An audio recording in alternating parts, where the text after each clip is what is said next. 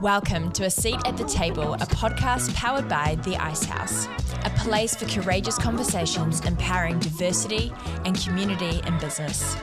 You are part of the conversation and have as much to say as anyone else. Natalie Ferguson was our guest speaker at the live A Seat at the Table recording in March this year. This event nicely aligned with International Women's Day. We'd never done anything like it before, so it was quite a cool experience. We had 30 plus amazing attendees who joined us for coffees, chats, and then listened to this conversation between Liz, Mel, Natalie, and myself, Briar. It totally exceeded expectations, and we all had a blast. We heard Natalie's story, and nearing the end of the conversation, Natalie answered questions from the audience. She was so down to earth, so inspiring, and passionate about women in business and leadership. Natalie is a co-founder of Hatch, a platform giving Kiwis access to investment, tools, and education to build meaningful wealth. She's now the co-founder of Powrsuit. They exist to get more women into positions of power and influence, a community to equip others with the tools and confidence to succeed on their own terms. She is an innovator, entrepreneur, problem solver, advisor, and she made for an incredible guest speaker at this event. We hope you enjoyed tuning in to this live recording of A Seat at the Table, the podcast. We'll jump into the conversation now. Natalie Ferguson, are you ready? I am. Yes. Now I am. Awesome. So we always start off with some quick fire questions, and we want you to think one or two words, and we want you to not think too hard about them. So your ideal holiday? A safari. Oh, I like that. Party with 100 or 5 people? 100. Yes, that's the first one I think we've had. it is. Yeah. I think it is. Awesome. When are you most relaxed? Watching Netflix. Great, honest answer. We love that. What are we watching on Netflix? Oh, I'm back in Drive to Survive. Oh, yeah. Yeah, I watched season 1, fell in love, gave it up for a couple of years, and now I'm because I'm cancelling Netflix, so I'm back in a big way to get it done before I Great call. bow out of my subscription. Epic show. What do people misunderstand about you the most? I'm really shy. Wow. No, I am. People don't realise that. Good on you for sitting here today. What does a day in the life of Natalie look like in maybe 5 words? I was going to say just different every day. Hectic. Brilliant. And if you were to write a book tomorrow, what would you write about?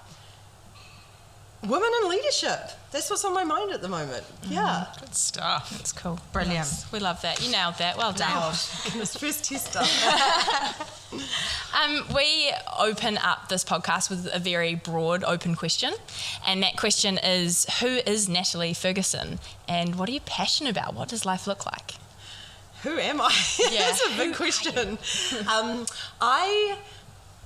I am an entrepreneur, and I actually only just started to call myself that because it feels like a really odd label, doesn't it? When you that's not the vision of an entrepreneur. I don't look like one that I grew up seeing. I love starting companies. I didn't realize I loved starting companies, but I keep doing it, and I've gone through all sorts of confidence battles in my life, and trying to start and grow things is really hard. So that's one part of me. I'm a failed runner. I used to love running. Actually, I used to not love running. I used to try and run, and I got quite good at it, and comparatively, but found it really stressful because I felt like a failure. This fear of failure is a really huge thing. I remember Amy is here today. I did a half marathon down in Queenstown, and I remember seeing her at the finish line, and I burst into tears because I felt like a failure having completed a half marathon because I missed my time by 2 minutes or something. Wow. You know, it's that thing. Yeah. And I think I'm a joyous person. I think that's probably the main thing about me. I get a real kick out of life, and I think very early on I went, you got 100 years, I want 120. I'm planning to start a cult and do a mass suicide pact at 120. If you start a bit younger, you're going to have to leave earlier. But for me, it's about living this great life for 100 to 120 years, and really just squeezing the most out of it. And and that's obviously a huge position of privilege, but going into life with that feeling is you sort of make different decisions. You don't stay at jobs you don't love, and you stay in relationships you don't love anymore. And just having a great time. That's what I'm about. That's amazing. I feel like you've got a real gift for making people feel comfortable. Like, don't you think she's got this like joy about her? Because I just come and go. It's just contagious. I'm curious, following on from that, Natalie, around how your childhood or your upbringing actually, has been formative in terms of who you are today. I think I had a fairly unusual childhood. My dad was in the military, so I travelled a lot, which taught me a lot. So I have the world's best parents. They are a real partnership to the extent that you can be when you were married way back in the day. Dad was always a renegade, really. Like, I don't think he ever expected to. My dad actually ended up at the top of the military in New Zealand. Didn't expect to, never planned on it, because he's like me. Turns out I take after him. We say what we think. We care more about the goal and our purpose than we do about politics. So, and so he really embedded that in me. He said very early on, neither of my parents went to uni, so he went to a course, and I think it was like a master's. Everyone had to have a master's to go, and he was like, I don't even have a degree. And he was shocked when they wanted him to sort of repeat the course material in an essay, and I was like, I had that same problem at university. I was like, don't you want my thoughts? I have a lot of them. And so I was always, as you may be able to tell, equipped with a huge level of confidence from my parents.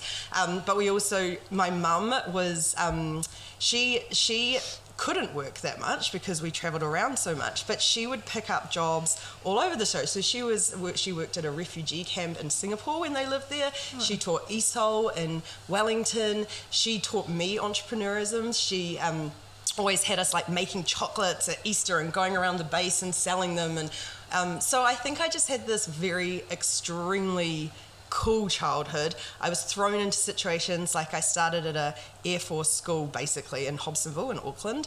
That was the first couple of years of my schooling, and then I went from there to a very, very fancy private school in London for a year with a bunch of celebrities' children and like European diplomatic children, and that was really scary. Well, actually it wasn't scary. I didn't realise it was scary. I just went in and then realised afterwards all the people that I was at school with, and then came back to Wellington and went to an intermediate that was the worst year of my life probably, because 12-year-old girls in that school were hard, and then jumped from that to another school. So it was 4 schools in 3 years in a very formative patch. So one thing I learned about it is you can get along with anyone, very easy. You don't necessarily like everyone though, and so now I've got this incredible group of friends, and I'll never leave them. So I had a very different childhood, but it's given me some real advantages and also some challenges. Oh, thank you. Yeah, that's cool. Do you think that it's a bit of a squiggly line that you've had? Yes. And I think a lot of people might think a squiggly line is different and not the right thing to do. How do you think that squiggly line has helped you to where you are today? Maybe it's not taking things too seriously, because I think you just mentioned it before, Mel. Like you have a plan. It's never going to happen. Like, you can plan as much as you like, and you can have a goal. I'm a huge not necessarily structured goals, but like, this is where I want to be in the end of this year or in the end of 5 years, but it's never going to pan out how you think it is. So having that ability to be flexible and say yes. I heard someone years ago, and they just said, because I asked how they got to where they got to, and they just said, I just said yes to opportunities. And that sounds sort of passive, but I think when you have that attitude, you actually find those opportunities, and so you just end up in all these crazy different places. And it's okay when you say yes, but it doesn't work out. Everything works out if you learn something from it, right? That's exactly it. It's not right or wrong. It just didn't go the way you thought, and as long as I've learned something, then the next step becomes quite a bit easier. I so agree. I'm sure you've seen a lot of that, being, an entrepreneur and starting things and failing at things and seeing things go better than you could ever, dream of, and that sort of thing. Would love to unpack those high moments and those low moments. What has been a mountaintop moment for you, and also a deep valley moment that's been, a challenge throughout your career journey? I actually think those two things can often go hand in hand. I think the Deep Valley moment I've actually only just started to talk about was very early on in a very bad relationship, and how much that actually crippled my 20s. I was in it for about 4 years, followed by another 3 or 4 years of trying to get out of it. Wow. And so that, led to career. This person tried to badmouth me in front of all the people I was working with at the time. So that meant that I looked like an idiot in very early stages of my career, which was great. But that aside, I think the biggest mountain top is when you've just had this incredible success. So, I think Hatch is probably for me the most publicized one. Of we grew this company from a blank sheet of paper to 80,000 investors in 4 years. We had a meaningful impact on the wealth of New Zealand. People were calling us every day saying, "You've changed my life." It's such a pinnacle, but what I've realized in life is it's the journey that's exciting, and quite often when you get to the top, it's a very quick drop back to the bottom, because you almost lose that sense of purpose, right? Like you've been fighting so hard to get somewhere. I found it too, like every time I've hit a big milestone in my life, like buying a house or paying something off, and it actually is quite quickly followed by quite a down patch. And I found that really surprising, but now I've just come to realize that that's the case and plan for it. Yeah, that's interesting. Not the first person to say that too, eh? Yeah, that actually they come hand in hand, that when you have that amazing moment and, everyone sees it and that's what they remember, and then after there's that where you go, what is my purpose? What do I do now? I've worked so hard for this. Yeah. How do you plan for that?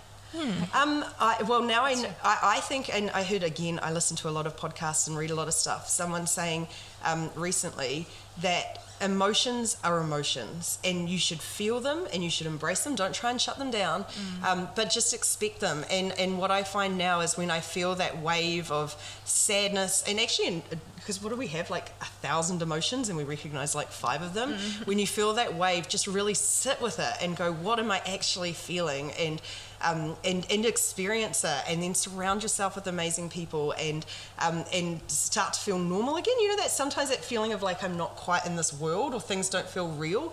But just go through it, and so that for me is now how I'm not scared of feeling bad. I just know, surround yourself with people, go through it, actually feel it, and learn something from it, and then when you're ready, take action, do something. Nice. So important, the when you're ready, take action. But there's so many people rush through their emotions or try and mask their emotions and not admit that's how they're feeling. And if you can just get more comfortable with feeling how you feel. And perspective is huge. And I think because we left, my co-founder Kristen and I left Hatch in July, talking of low points, that's a fairly sad thing. Yeah. Saying goodbye to your baby and walking away into absolute unknown. And one thing that I found with 2 of us was when one of us felt wobbly, the other one could pick them up. And we deliberately took, I know it sounds like not that long, but a month off. And I was ready to just get stuck in, because you're like, what do we do next? And having someone go, we are not. And we'd be able to play that role for each other for a month. And 2 months later, my perspective is so different. And it wouldn't, if I'd started something then, it would have been a debacle. So curious. Sorry, Mel, it's curious, Natalie. Did you know that you were both going to exit in a certain time frame? Did we know? We are not cut out, I don't know if it's obvious, for corporate life.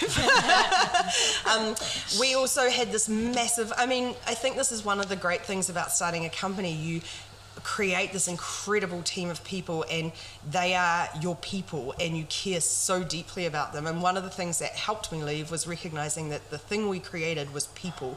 We had this incredible team, and actually those 180,000 investors were part of that team. And so knowing that everyone was going to go forth and have bigger impact was helpful, but we had to wrestle with how long will you stay at an organization. And it was a cushy corporate job by that point, and you're like, I could just keep earning the money and having this crazy life. I think it was obvious probably within negative 5 weeks of actually getting acquired that we weren't going to stay, but we committed to 6 months, and we thought in 6 months, if we're stoked here, we will stay. If it's not panning out, or not panning out, if we're not, let's leave. I think we probably randomly got to the same decision at the same time. A couple of things happened, and I think we individually were speaking to a few people. My biggest problem, I don't know if you guys have experienced this with leaving, was telling my parents. Like, I had to text, I'm like almost 40, and I had to text mum, and I was like, I'm going to leave my job. I've realized that I need to not do this job anymore. And I was so scared that she was going to come back being like, you have all the measures of success that we have looked for your entire life, and now you're walking away from it. And instead she just came back saying, thank goodness you finally made that choice. Wow. Because she'd seen that I wasn't myself there. And so, yeah, that was yeah. And it's not because it's wrong, it's just not right for you It wasn't right for me. No, there was nothing wrong with it. It's just, you are who you are, turns out. How on earth did you grow it so quickly? Oh, it was an incredible roller coaster. Was that planned? Absolutely, we were like, we're going to hit all these days. No. No, gosh, no. Actually, that was a really funny story because I was, before Hatch, I had like given up on startups for a couple of years because I'd never worked in a company. So I was like, I actually need to learn some basic skills of a company. Like, I'd grown a little bit of a design company that's like 5 or 6 people, that was fine, but working in a much more complicated structure. So I was consulting to all these like big, cool, like government organizations, cool companies. And then I kind of was like, okay, I'm bored now. What's next? And this incubator sort of thing, Skunk Works at Kiwi Wealth came up. And so I was sort of very skeptical because I was like, initially I remember saying to Kristen, I'll give you 10 hours a week, because I was like, nothing's ever going to come out of this, corporate innovation, blah, blah. But then I remember New Year's Eve, this is a classic Kristen, she texted me going, we've come up with this thing together. We should pitch it, we should do it, and you're going to have to give it everything. And I was like, it's New Year's Eve! I want to get drunk. But so it wasn't actually like, it was an odd company in that we didn't start with this massive vision for what we wanted to do. We started coming together and identifying a big problem and getting really excited about it. The future, I mean, one thing that I listen to a lot of how I built this, and they talk about, is it luck, is it skill, is it plan, and it absolutely is a combination. We had some pretty cool growth leading up to lockdown. We definitely realised there was a retail investor revolution happening. People needed to take control of their money. They were ready and willing to do it, but you lock people down for 6 weeks and they have nothing else to do, and that was a step change for us. So, other things were unlucky, but there are some points in that you're like, great, we're going to go with it. And we probably could have gone with it better. Like, Yeah, wow. It's one of my favorite quotes is, luck is where preparation meets opportunity. Yes. Very cool. Can you tell us a bit about Powrsuit as well? So you took that time off the month. Did this come from that month, or what was the aha moment, and now what does it look like? What are you building? I would love to say we have a lot of structure around our lives, but everything's actually quite organic. We left, and we've just come out of COVID, and one of the things that was really shocking to both of us, like, we've just come out of this industry where we'd seen meaningful change and progress. We'd seen women becoming financially empowered and starting to take control of their financial lives in these epic ways. So I think we just thought the world had changed, and then we put our heads up and we're like, wait a second, what are these stats? Like, 8% of global CEOs in corporates are women, like 8% in 2022.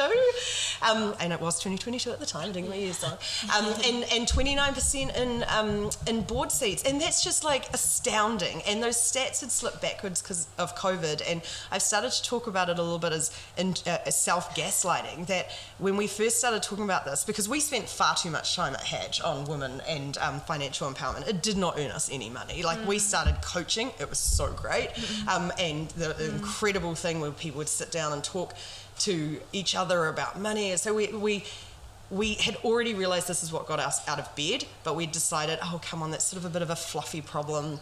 It's sort of done. Like, everyone's been talking about women and equality for so long now, like, let it go, move on to something more serious. And then, of course, you scratch beneath the surface, you start to see some stats, you start to have some conversations, and you're like, this is one of the biggest problems facing the world today. And the thing that was a real light bulb moment for us is, firstly, that coming out of COVID, stats had gotten worse, but also organisations are now facing into another level of unprecedented times where we have hybrid work and flexible work. Yeah. We have climate change has been here for a long time, but we're starting to take it really seriously now.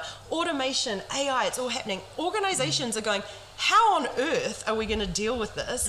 And what they actually need to do is rewrite the leadership playbook to have equip their organisation to face into these extensive challenges.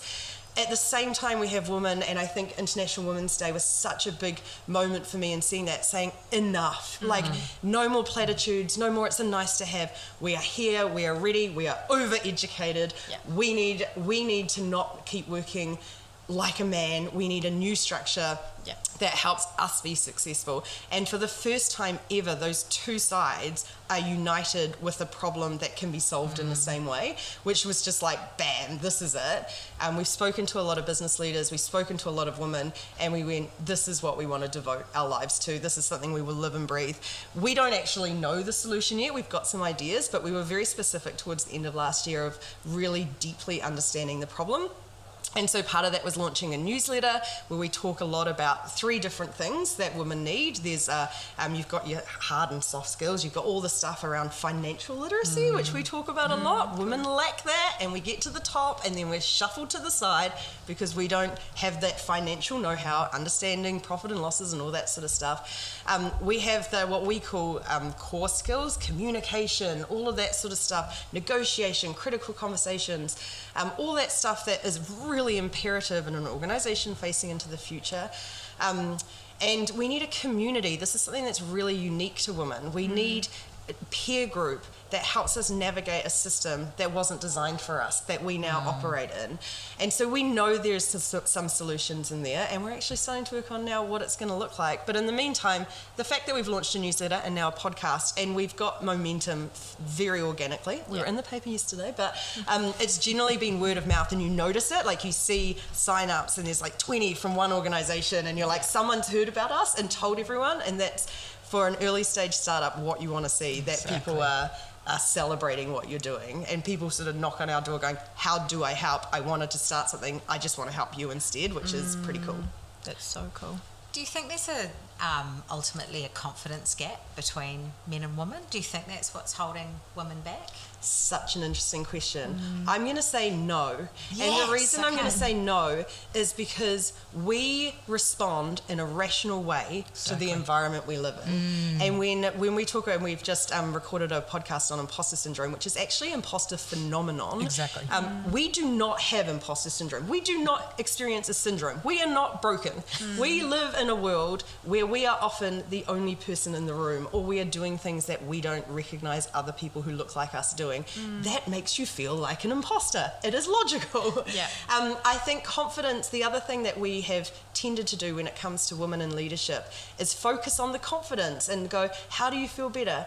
How do you get more confident, without recognizing the systemic issues and the tools women need to build that confidence? So for us, it's about how do we equip you with the things you need to be able to walk into a room feeling confident, rather than dealing with the confidence as its own thing.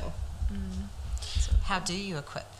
I want to know. Well, I think it is those 3 things. I think it is having those skills to be able to talk and feel confident talking about money, and across a business. As you go up in leadership, you have to look outside your area, and it's very easy to be a specialist when you are rising the ranks, but when you get to the top, you have to understand where all the moving parts work. So building those skills, and also I think it is a matter of, yes, women can keep continuing to build these core skills, and there's a lot of them, and I think negotiation and conflict is one of the hardest things for women, because we have brought up to not have conflict, and so we identify conflict in situations where it doesn't necessarily exist. It's okay to disagree with people, and in fact it's actually great, especially in a work context. It's not personal for someone to disagree with the thing you've created at work, so equipping ourselves with that is really important. Awesome. That's so cool. We ask all of our guests this, and I'd love to get your opinion on it. What does a seat at the table mean for you? Well, as you can tell, I'm quite noisy anyway. So, so a seat at the table doesn't, like, for a lot of people, it means having a voice, right? Yeah. And I think that's amazing. I have one. I use it a lot. For me, it means having space at a table that is not just for one person, that we have a table that is diverse, that there are a bunch of really interesting people and that seat is a genuine seat. It's not a token seat that you are sitting there without being taken seriously. Maybe that's the main thing for me. It's that being respected and taken seriously as an equal contributor, not just being at the table. Yeah, so important. That's cool. Is there any advice that you would give your younger self, Natalie? So much. I think it probably would be, and it sounds funny having started a bunch of companies, but take more risks. I think when you're young, it's so easy to think every decision you make is critical, and actually every decision you make is just like, there's really not much on the line when you're young. Like, you can go away for a year and not work in a job that's not career focused, or you can take a chance on changing your career, or you can start investing even if you don't have a lot of money. Do that stuff. And I think I was, like, hard to say now, I was very serious in my teens and 20s. I didn't really even drink when I was younger, because I was just like, this is like, I was so fixed on, this is building this life that I want to lead. And that's why I think now I'm much more focused on having a good time with it, because you can waste a lot of time worrying about making the wrong choice, where actually just make a choice and go do it and learn from it and get excited about it and then make your next choice. I think it's part of a system that also needs to change, and it goes back to Mel's squiggly kind of line versus thinking that we're traveling on this linear path. And, again, I think we get told that way too often, that if we don't do this, we can't do that, and it's just flawed. You might have to go back to go forward, you might have to go sideways to go up, but you don't have to follow up. And if we could help our kids to see that, it would be I agree. a good thing. It's okay to go sideways is the other thing I've learned recently. Like, that is actually something we should call out all the time. It's okay to stand still sometimes too. Yes, please do sometimes. And take a step back. Yes, Yeah. yes, yeah. Yeah, I think it's ingrained in society. It's just like you go to school and you're going for those grades, then where are you going to university? It's on to the next thing, it's on to the next thing. And before you know it, you haven't even taken a chance to breathe, to stop, to have some white space, to go, what am I passionate about? What's my purpose? Yeah. And being okay with it looking different to what society, our parents, different people want for us. There are It's a lot of interesting. escalators around us, and I think that, like, that idea of, and I've failed at every single one, that idea of you go to school, go to university, baby travel, get into a relationship, have kids, do your career, all that. Like, I've missed most of those things, and that is what I found is quite challenging to a lot of people in society. Yeah.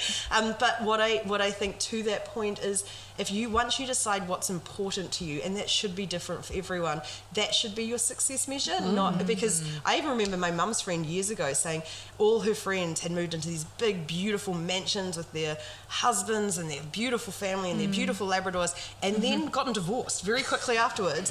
And this is not in New Zealand. But the idea of you hit these milestones that aren't actually what you care about, and then you wake up and you go, this is not the life I dreamed of. Whereas learning what that life might look like and just doing that stuff. Yeah. It's so natural to compare yourself, though. It and is. it's hard not to. How do you not compare yourself to other people's successes?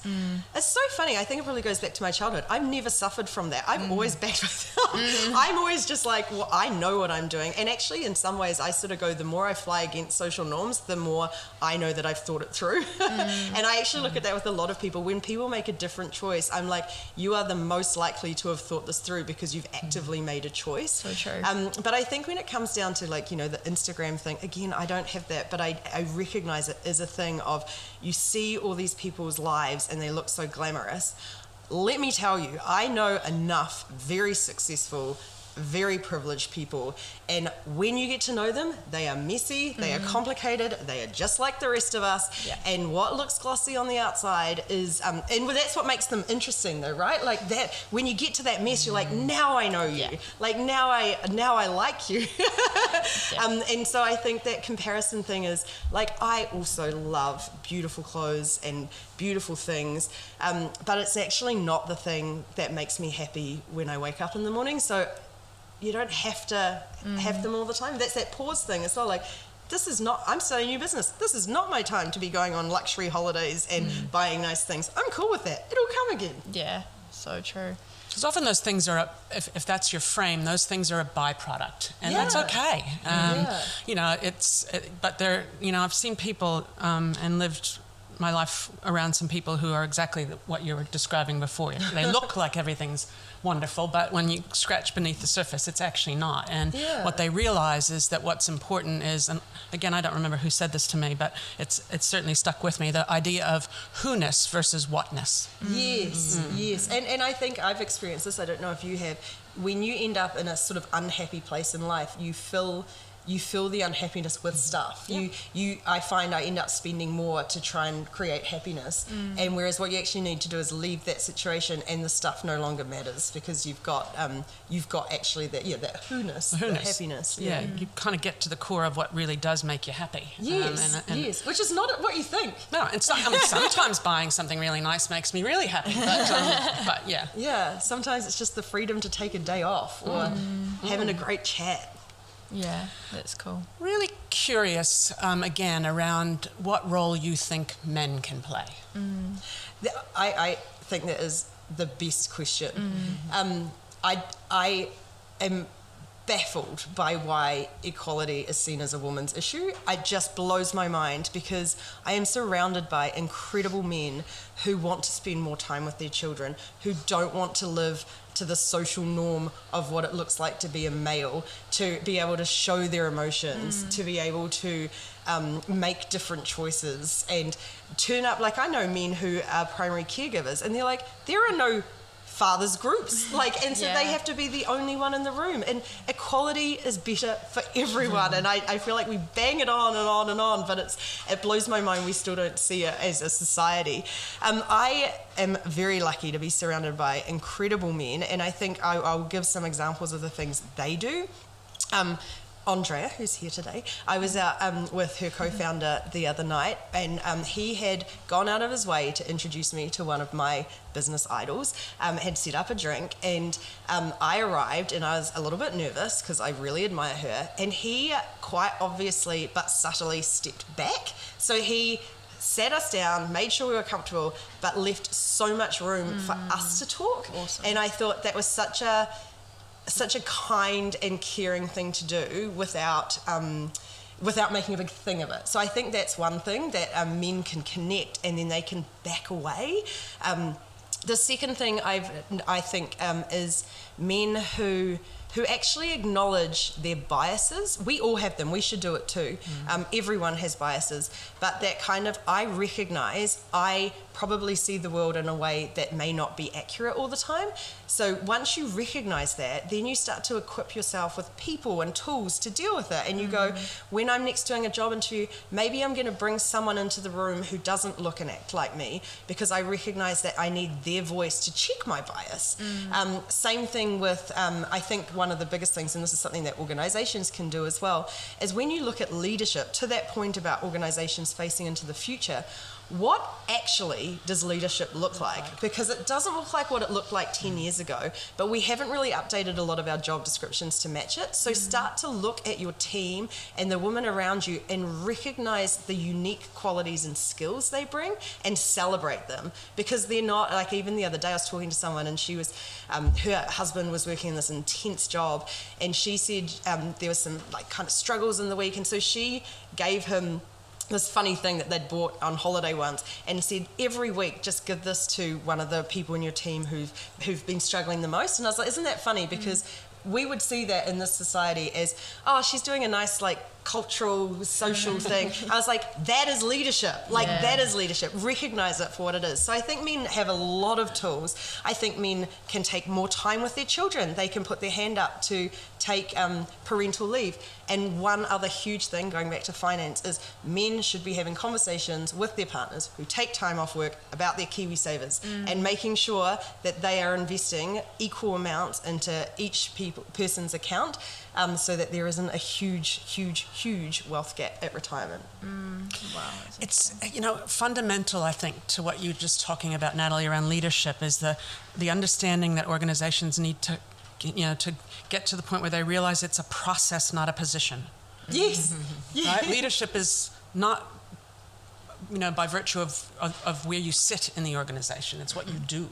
Absolutely. And I actually think that is something, because we've tended to merge management and leadership a lot, and I find it hilarious when you look around in organizations. It's so easy to spot, and someone actually told me the other day, watch like The Apprentice or something if you want to learn more about leadership, and spot the person in the show who may not be the person who's running the thing that day, who's influencing and who people are following. That's leadership, and it's at every level, and we don't necessarily recognize it as such. But those key people, if you lose them, everyone else leaves too, just by the way. So it's really important to identify who they are. And what does the influence look like? I actually think this is one area where I'm not going to get into the debate of is it nurture, nature, whatever, women are really, really good at. And that is building up other people, collaboration, and creating a safe environment where people feel comfortable being themselves. And then that means that people want to follow you. Like, that is leadership, right? They want to follow you because you make them feel good and you make them feel empowered, and they feel like they know they have a voice. I always hate saying they feel like, because they do in that situation. So I think that's what I see.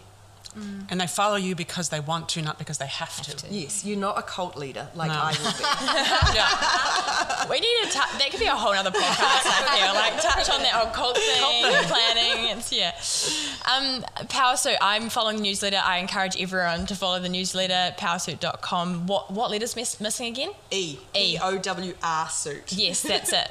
And the podcast Power Up, which you guys have just launched. Yes. Very cool. There's so many topics when it comes to diversity and challenges that women in business have. I'm sure people listening are going, where can I start? Like, where's a good place to start on this journey? Is there either one challenge that really rises to the top for you that people should start with, or even just a place that they can leave this chat, event, and go, okay, I'm on mission to start here? Obviously, everyone should sign up to Powrsuit. Yes, great place to start. I actually think the one that resonated the most, because we send out this newsletter every week, and we had a focus group the other day, and someone said the biggest challenge for them was figuring out kind of how to position themselves at the moment. And so we wrote an article about your elevator pitch or your power pitch, if you're coming at it from a Powrsuit perspective, and how important it is for your own confidence, but also to position yourself in the world, to have a 30-second intro that you've polished that sounds conversational, that really encapsulates who you are and the value you add. Great. And not many of us have one. And the reason I bring it up today is that I have been now somewhat inundated by people who've taken the template. We've given a template, it's on our website, and it's very simple, and actually have written out theirs or started practicing theirs, and they've come saying, can I do this, can I do this? And they and I think there's something so powerful in that really small action of next time you introduce yourself, it doesn't have to be boastful. It's just like sitting back and recognizing the value you add, and being able to present that to the world in a confident way.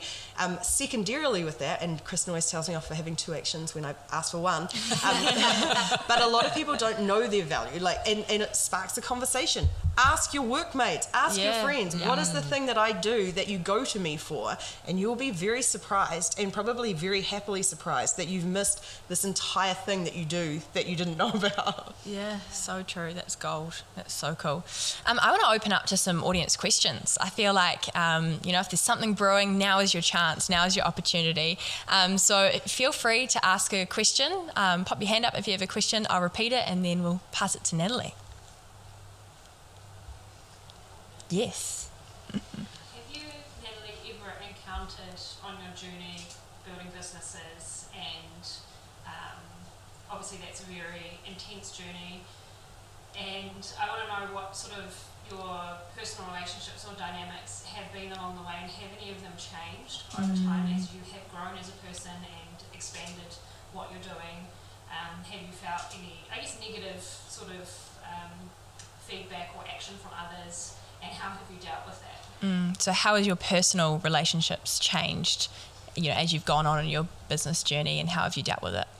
I talked to someone the other day about professional athletes and how they're the most selfish people in the world because you're so focused on what you do, and that's sort of the same as starting companies.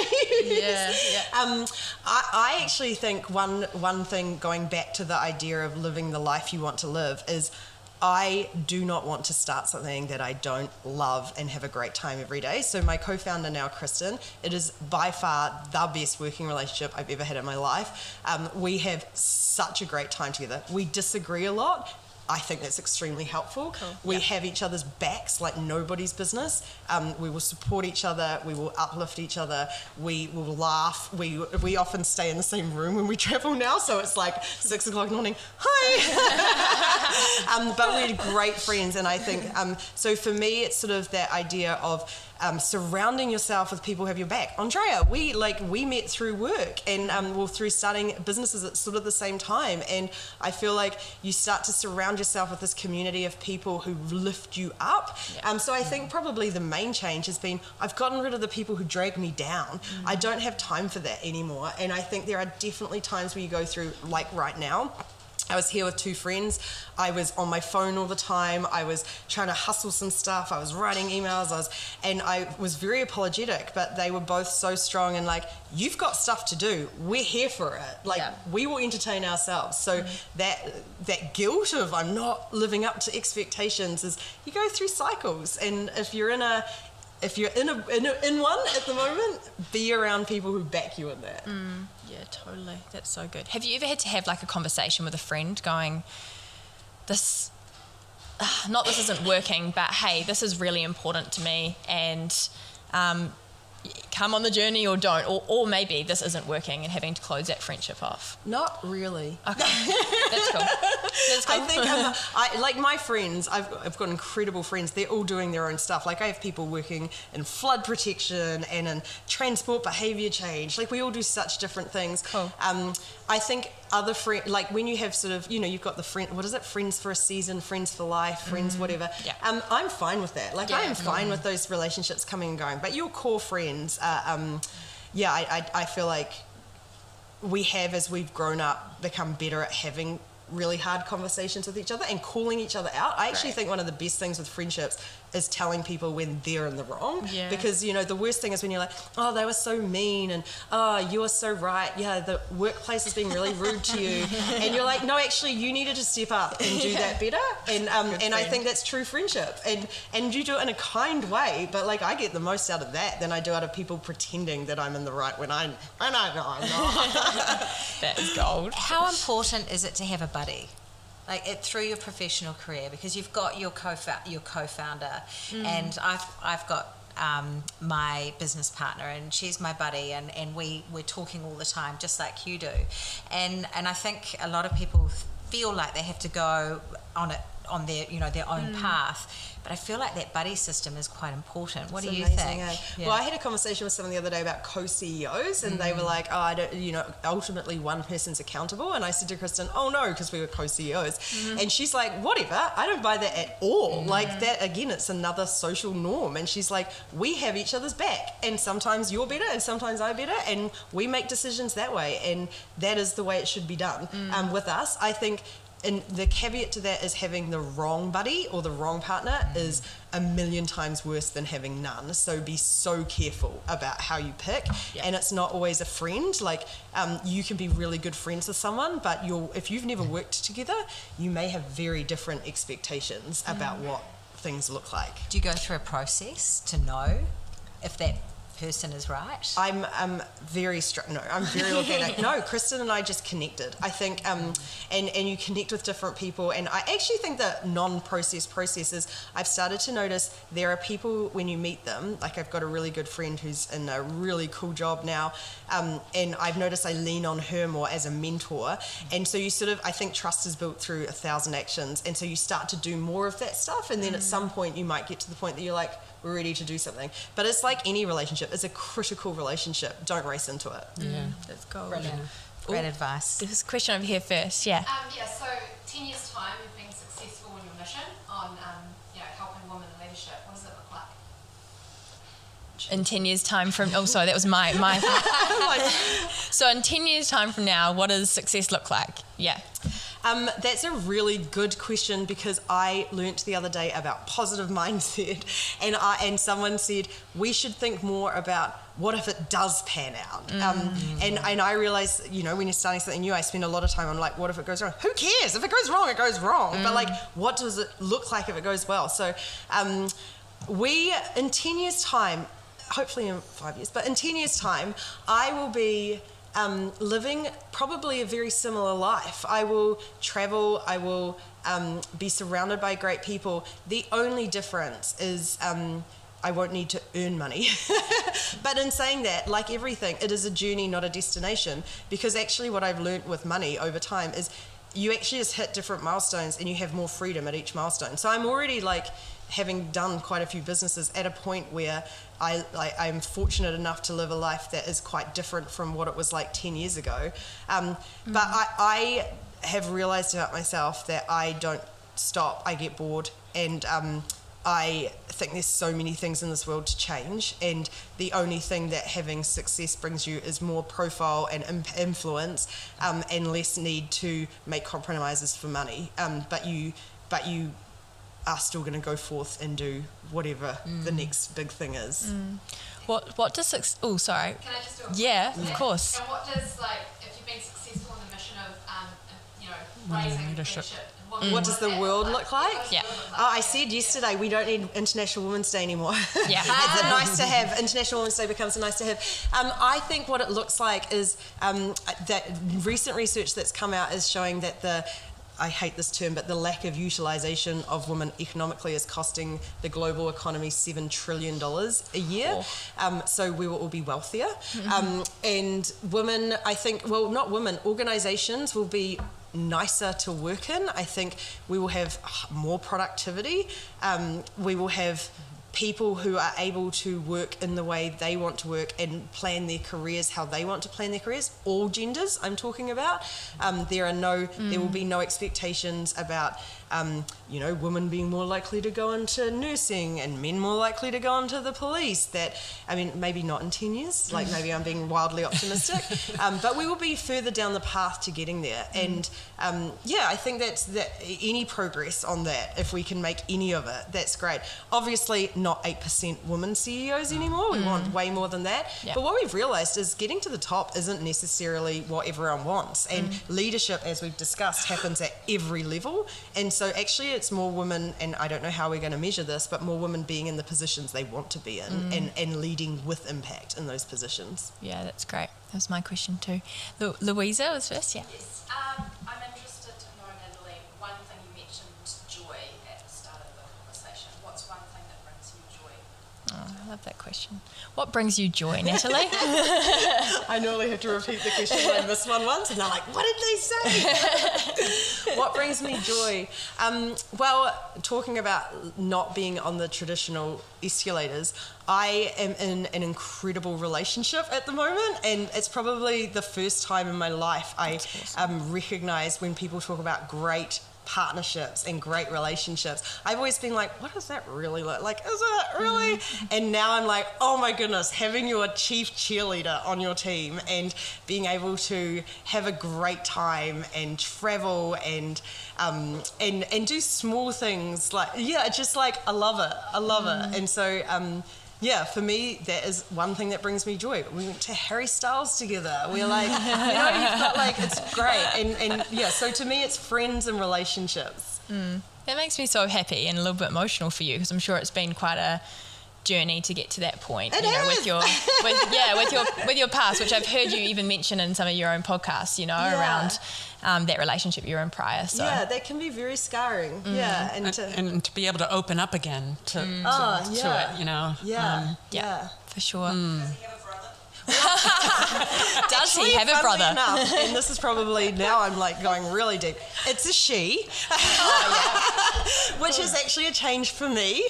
So I weirdly, very strangely, this time last year, maybe a bit earlier, for the first time ever, was like, this woman is like different. And so for both of us, actually, we actually don't really talk about it. So she has a sister. Yes. Thank you for sharing that. No worries. Yeah. It's great. Yeah, it's cool. I just love how your eyes sparkle when you said that part. Yeah. Love to be actually seeing the back end of the podcast. So thanks for this opportunity. My question is, you come across somebody, you know yourself so well. Where's that coming from? Were you born with it? That you just so trust your instinct and your core and what you want, what you don't. You seem to know that so well and so confident about the choices you make. And I really want to hear a bit more on that. Yes, you have such a deep self-confidence. Where does that come from? Has it always been there? I actually think it's funny. I think everyone should have the same level, because I'm a mess under the surface. Like I know my flaws. I've got a lot of them. I just choose to embrace those flaws and accept them and work on them sometimes, but actually more so focus on the great things about me. So yes, I probably, like I did have an unusual childhood. I do have exceptional parents, and I was very lucky to meet some incredible people very early on in life. I think those things really boost you up, but I think you are living 120 years. You've got yourself. You are your biggest ally in life. And the more you can work on was it like a Sex and the City thing where she was like, I need to build my relationship with myself. I have focused on that and my friendships in a way that I think people don't. Like, I think we are trained to focus on finding romantic relationships. And I instead went, I'm going to love myself. And that actually, I think, does lead to great things happening, because when you have that innate sense of self and you're really comfortable with what you do, you make different choices that are far more positive. So then it sort of becomes a self-fulfilling prophecy. But I mean, I feel like anyone in this room should be able to sit up here and say the same about themselves, because you don't have to be perfect to be really stoked with yourself. You have to be self-aware, which is what I'm hearing. Like you have to understand who you are and who you're not, and be comfortable with it. That's what self-concept is, and that's what drives our ability to just acknowledge that we're not perfect. I mean, tell me one person who is, and be happy with it, and then just draw. And that thing, I think, I have so many quotes this morning, but it's better to be fascinating and loved by a few than sort of mediocre and boring to everyone. And I think as soon as I realized not everyone has to like me, and I don't have to like everyone, but I can respect them, you start to go, great, who's my tribe? And I think that's a gift we can give. I mean, I, like you, just consider myself so lucky because my parents told me that. They helped me to know, and that it was okay not to be perfect. And it's a mindset, isn't it? And you do have to practice it. It's a practice. Everything's a practice. And you also have to forgive yourself on the days where you feel like an absolute failure and a piece of trash, which happens. But you hope for the vast majority of those days to be great, and you have less and less. It's like having a devil and an angel. It's like this morning when I was driving here, I was like, Melanie, my God, so much went wrong this morning. The devil, in and I was the like, washing machine, Mel. Put it in the dryer. Put it in the dryer. Mel, for context, Mel comes walking up here and she's on the phone. She's like, it's in the washing machine. Like, grab it and put it in the dryer. And then she's like, oh, hi. We're like, I love that. I'm not sure if she was talking to her son or her husband, but anyway. That's awesome. So much gold in this, and I honestly feel like I could go on for like another hour, but don't worry, we're going to finish. You've probably all got meetings. But I would love if there's one question from the audience, one last question, if anyone would like to ask. No? We're good? Cool. Awesome. Yep. I've got one. So how do you promote yourself? So say you haven't got formal education, but you're looking to change careers and you don't necessarily have the education back, but you know that you've got the skills. How do you put yourself in, do the CV? How do you promote yourself in order to, change careers really? Yeah, how do you promote yourself in order to change careers? I actually don't know how to write a CV. I wrote one recently for the first time and I was like, this is really hard. I don't know how people do it. I would hire someone to help me because it's very difficult to sell yourself and to capture who you are. It's like a builder doesn't build their own home. I was a web designer. Very hard to make a website for your own company because you're like, there's so much I know about me. Yeah. So I would outsource and get support on that. But I think one thing that women do poorly, and we should hold ourselves accountable to this, is over-educate and underdo. Like, I don't care about your education. And in a world, and I'm noticing this especially in tech, yes, you need to have some baseline skills to get something done, and you need to prove that you've got those skills. But actually, the thing that I've hired for, I'm not sure about you, but has been attitude, and it's been it's been this desire to do better and to be a team player. So I think. Yes, outsource, get what you can to do the technical side, but absolutely put your hand up and put your name for it. And I'm not necessarily the best at this, but I got held to account the other day by someone going, don't sit back and expect people to hand stuff to you on a plate. You reach out to the organisations you want to work at, reach out to key people. LinkedIn is a very easy tool to navigate. Yep. People are very good at answering, and shoulder tap, take people out for a coffee, say, I want to do this. Do you have space in your organisation? What is it? I think the number of jobs that comes through unofficial channels is still like 90% or something. It's something ridiculous. I made up that stat. We believe it though.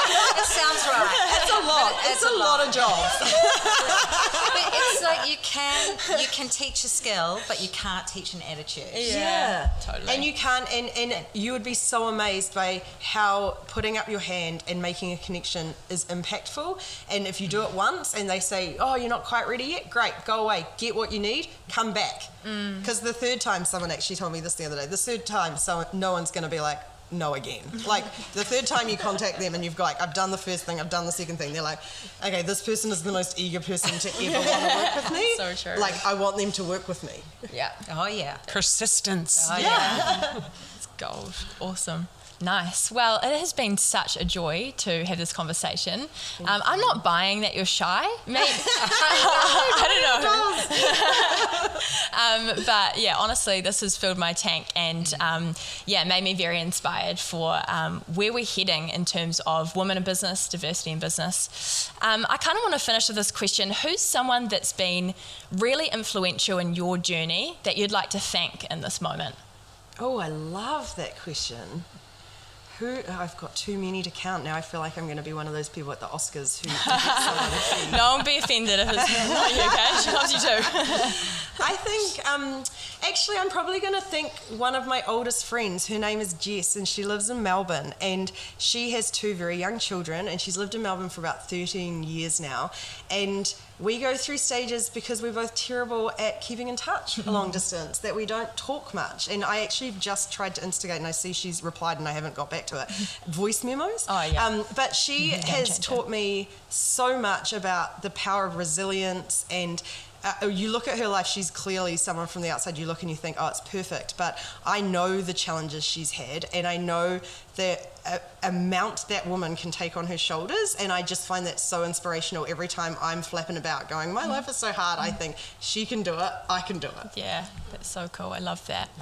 Well, thank you so much, Natalie, for joining us at A Seat at the Table, our live podcast recording. And thanks to the live audience as well. You guys have been incredible. So, yeah.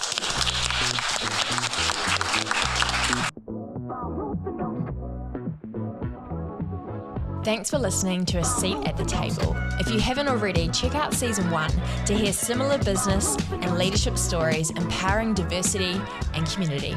See you next month.